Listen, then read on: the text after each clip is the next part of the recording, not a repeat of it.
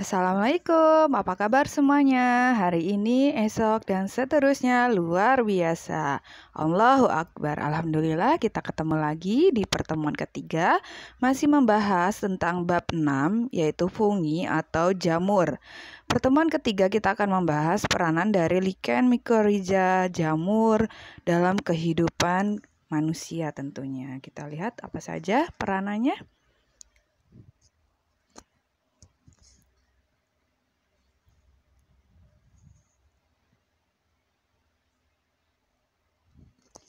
Oke, lichen. Lichen itu nama lainnya adalah lumut kerak. Lichen merupakan simbiosis antara alga dengan jenis jamur tertentu. Alganya berasal dari alga hijau biru ya, atau ganggang hijau biru yang bersel satu uniseluler. Sedangkan jamurnya berasal dari Ascomycota atau Basidiomycota. Kemarin juga ada Zygomycota kan? Bentuk simbiosis pada Zygomycota, Ascomycota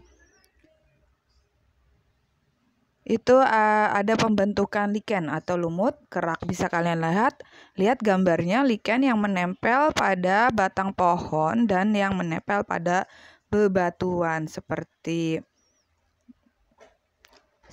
lumut kerak.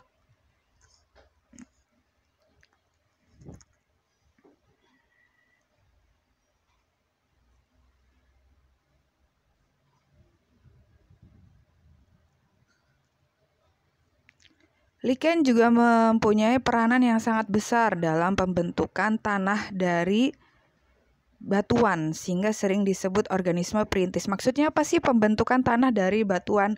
Jadi ketika lichen ini menempel pada batuan, maka lichen ini akan menggemburkan atau menghancurkan batuan tersebut menjadi tanah. Tentunya tanah yang subur untuk kita tanami gitu. Jadi ketika misalnya gunung dengan banyak bebatuan, gunung itu bebatuannya ditempeli oleh lichen, di mana lichen itu adalah organisme pertama atau organisme perintis yang menempel pada bebatuan tersebut sehingga melapukan batuan menjadi tanah. Kemudian ketika menjadi tanah akan ditumbuhi oleh tumbuhan setelah lichen, bisa tumbuhan tingkat rendah atau tumbuhan tingkat tinggi. Tubuh lichen itu bertalus, artinya apa? Bertalus itu belum bisa dibedakan ya, mana akar, mana batang, dan mana daun.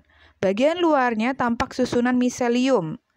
Miselium kemarin apa namanya? Kumpulan hifa yang kompak sehingga di bagian dalamnya terdapat susunan hifa yang longgar.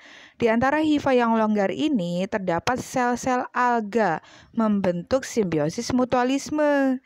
Simbiosis di mana kedua organisme tersebut baik lichen maupun ganggang hijau biru menguntungkan. Apa yang diuntungkan? Lichen menguntungkan dapat untung berupa apa? Maaf, bukan lichen, jamur. Jamur diuntungkan karena dia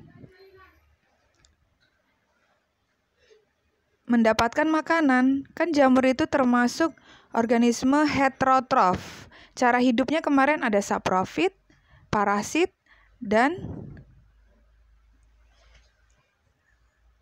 simbiosis.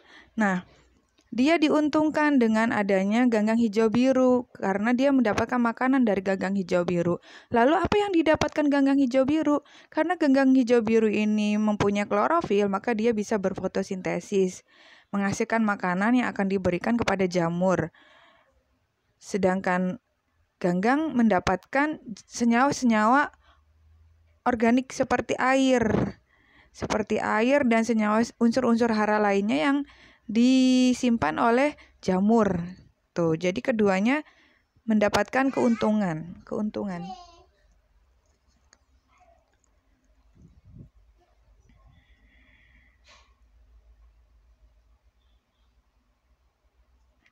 Nah, ini gambarannya. Kalau kita lihat tadi kan ada lumut kerak atau lichen yang menempel pada kayu atau batang pohon dan bebatuan. Kalau kita lihat secara mikroskopis dengan menggunakan mikroskop seperti ini.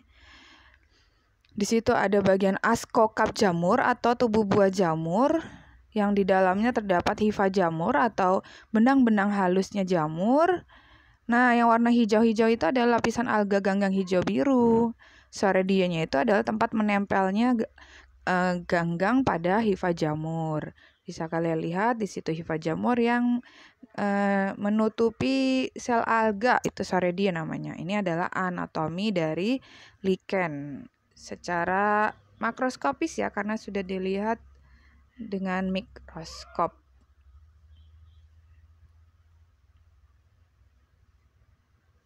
Ini nggak usah digambar, nggak apa-apa. Tapi kalian perlu tahu.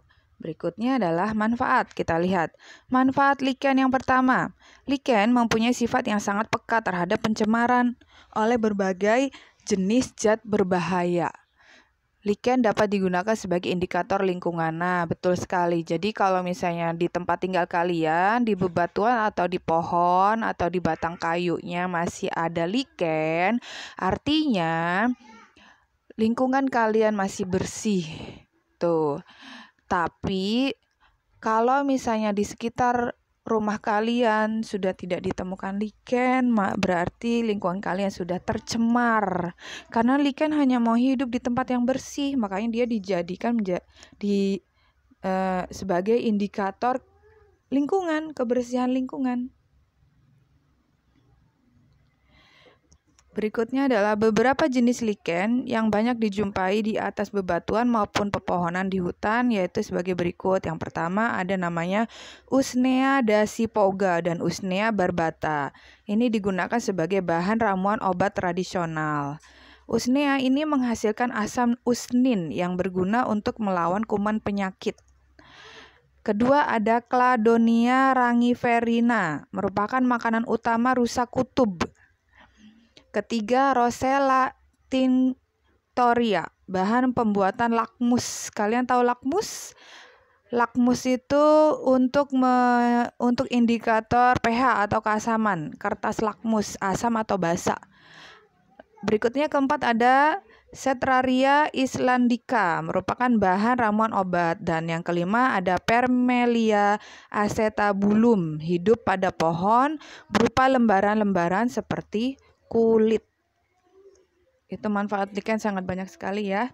Yang kedua adalah mikoriza. Apa sih mikoriza? Mikoriza merupakan suatu bentuk asosiasi simbiotik antara akar tumbuhan tingkat tinggi dengan miselium cendawan tertentu. Cendawannya apa kemarin? Ada Ascomycota, Zygomycota, dan Basidiomycota. Bisa kalian lihat di situ adalah bentuk makroskopisnya ya. Setelah dilihat di bawah mikroskop, di mana di situ terdapat bagian-bagian jamur atau cendawannya dan bagian-bagian dari akar tumbuhan tingkat tinggi sehingga membentuk mikoriza.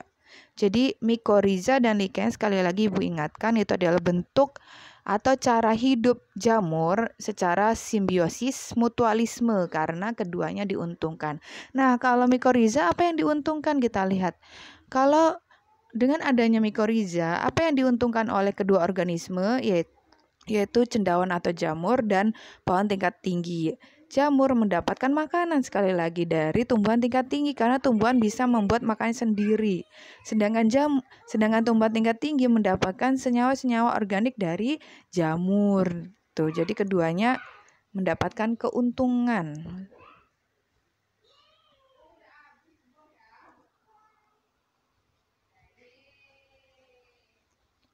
Manfaatnya apa sih? Manfaat mikoriza yang pertama, meningkatkan absorpsi hara dari dalam tanah. Nah, dengan adanya simbiosis antara jamur dan tumbuhan tingkat tinggi, maka tumbuhan tingkat tinggi mendapatkan senyawa-senyawa organiknya lebih banyak dari dalam tanah. Absorpsi penyerapan unsur hara dari dalam tanahnya semakin banyak ketika tumbuhan tingkat tinggi ini bekerja sama atau bersimbiosis dengan jamur membentuk mikoriza. Yang kedua, penghalang biologis terhadap infeksi patogen akar. Patogen itu penyebab penyakit pada akar, sehingga tumbuhan tingkat tinggi ini akan sehat walafiat karena ada jamur dan sehingga membentuk mikoriza sehingga dia menghalangi dirinya dari infeksi penyakit. Ketiga, meningkatkan ketahanan tanaman terhadap kekeringan dan kelembaban yang ekstrim. Jadi ketika musim kemarau, tumbuhan ini tidak ada hujan, tidak disirami pula, dia tetap bertahan, survive, karena dia ada mikoriza, simbiosis dengan jamur tadi. Keempat, meningkatkan produksi hormon pertumbuhan dan zat pengatur tumbuh lainnya seperti hormon auksin.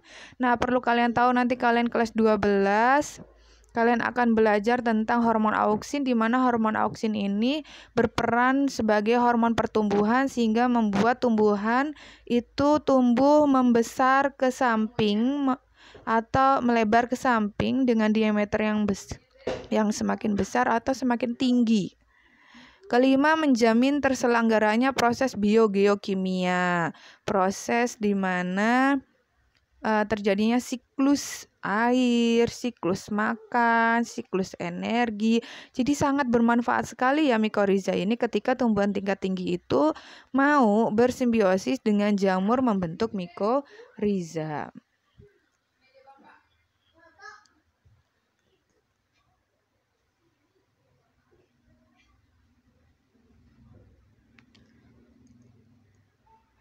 Berikutnya adalah peranan dari jamur zygomicota. Yang pertama untuk pembuatan proses makanan. Mohon maaf. Di sini yang terkenal dari zygomicota Rhizopus oryzae untuk pembuatan tempe. Mungkin kalian sering mengkonsumsi tempe termasuk ibu. Nah, kalian kalau melihat tempe itu ada bagian seperti kapuk-kapuk ya pada permukaan tempe yang berwarna putih. Nah, itu adalah Rhizopus oryzae atau miselium, kumpulan hifa dari Rhizopus oryzae. Yang kedua ada Mucor javanicus untuk pembuatan tape. Kalian juga pasti tahu ketika kalian membuat tape atau orang tua kalian membuat tape menggunakan ragi ya. Nah, raginya itu isinya adalah Mucor javanicus yang akan mengikat beras ketan ataupun singkong menjadi bagian yang lebih lunak, terjadi fermentasi menghasilkan alkohol ya. Selain untuk proses pembuatan makanan, peranan zygomicota yang kedua adalah pengurai saproba sisa organisme atau bahan yang terbuat dari produk organisme seperti makanan. Contohnya di sini adalah Mucor mucedo. Dia saprofit pada roti, kotoran ternak, dan sisa makanan yang mengandung karbohidrat. Jadi dia akan menguraikan, saproba itu menguraikan sisa-sisa organisme yang sudah mati atau bahkan kotoran organisme lain seperti kotoran ternak atau bahan yang terbuat dari produk organisme seperti makanan. Contoh di sini roti yang sudah berwarna hitam atau hijau atau berjamur itu Mucor mucedo itu yang berperan, dan itu sudah tidak bisa dikonsumsi oleh kalian gitu. Mucor mucedo itu hanya menguraikan roti tersebut menjadi bagian yang lebih sederhana. Tuh, jadi ada dua peran, yang edible dan non edible. Yang edible yang bisa dikonsumsi ada jamur Rhizopus oryzae, yang kedua ada Mucor javanicus. Sedangkan yang non edible adalah Mucor mucedo.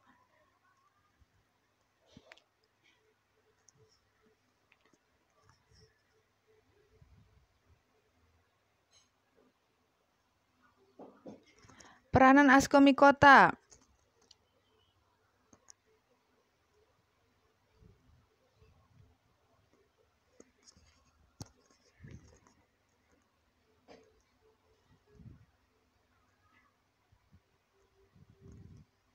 Peranan Ascomycota yang pertama adalah pembuatan makanan dan minuman beralkohol. Contohnya di sini nama jamurnya Saccharomyces cerevisiae untuk pembuatan roti dan minuman beralkohol ya. Yang kedua nama jamurnya Neurosporocrasa. Ini untuk pembuatan oncom. Kalian pernah lihat oncom yang berwarna orange itu adalah jamur Neurosporocrasa. Aspergillus wenti untuk pembuatan sake. Sake itu adalah minuman tradisional oleh orang Jepang ya. Dia beralkohol dan tidak dikonsumsi oleh kita seorang muslim. Kecap Pembuatan kecap juga menggunakan jamur Aspergillus wenti. Sedangkan bidang kesehatan di sini ada Penicillium notatum, penghasil antibiotik. Antibiotik itu biasanya digunakan untuk menghambat pertumbuhan bakteri. Jadi ketika kalian terinfeksi oleh bakteri atau terkena penyakit yang disebabkan oleh bakteri, biasanya dokter itu memberikan resep antibiotik. Salah satunya resep antibiotik itu berasal dari jamur. Nama jamurnya Penicillium notatum, itu dari divisi Ascomycota. Yang ketiga, bersimbiosis membentuk mikoriza dan lichen. Tadi mikoriza sudah kita bahas dan lichen ya. Di situ ada gambar Penicillium dan Morcella. Di bawahnya ada ya. Oke.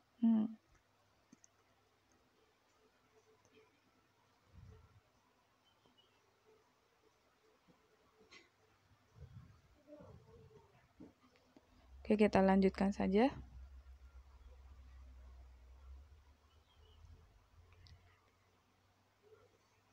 Peranan Basidiomycota.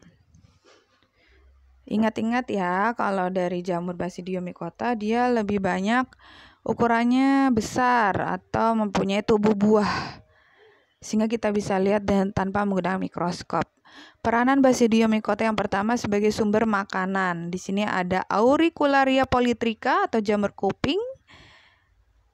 Berikutnya Volvaria volvaceae atau jamur merang. Pleurotus sp atau jamur tiram yang biasa digunakan untuk saus tiram ya. Lentinula edodes atau jamur shiitake. Ini sangat mahal sekali, salah satu jamur yang lebih mahal dibandingkan dari jamur kuping dan jamur merang, jamur tiram. Itu adalah yang edible, bisa dimakan. Sedangkan peranan Basidiomycota yang kedua adalah parasit pada tanaman. Yang pertama ada Ustilagomaides. Dia parasit pada jagung. Yang kedua ada Puccinia graminis. Ini pada Graminea. Graminea itu padi-padian. Beracun dan mematikan ada Amanita muscaria, dapat menyebabkan halusinasi.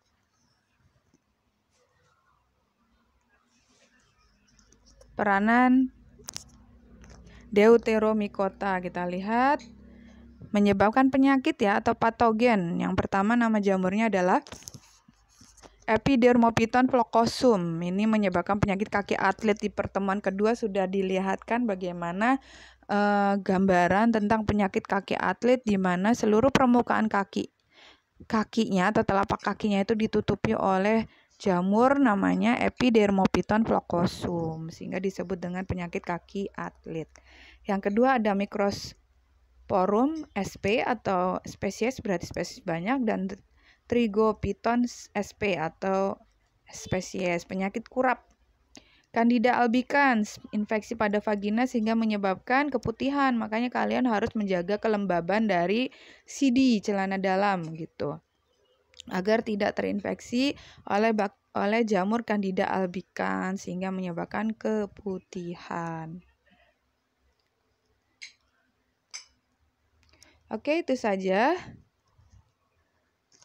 Itu yang bisa Ibu sampaikan tentang mikoriza, lichen, dan peranan Zygomycota, Ascomycota, Basidiomycota, dan Deuteromycota.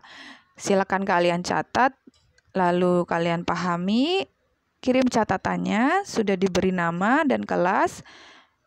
Ibu tunggu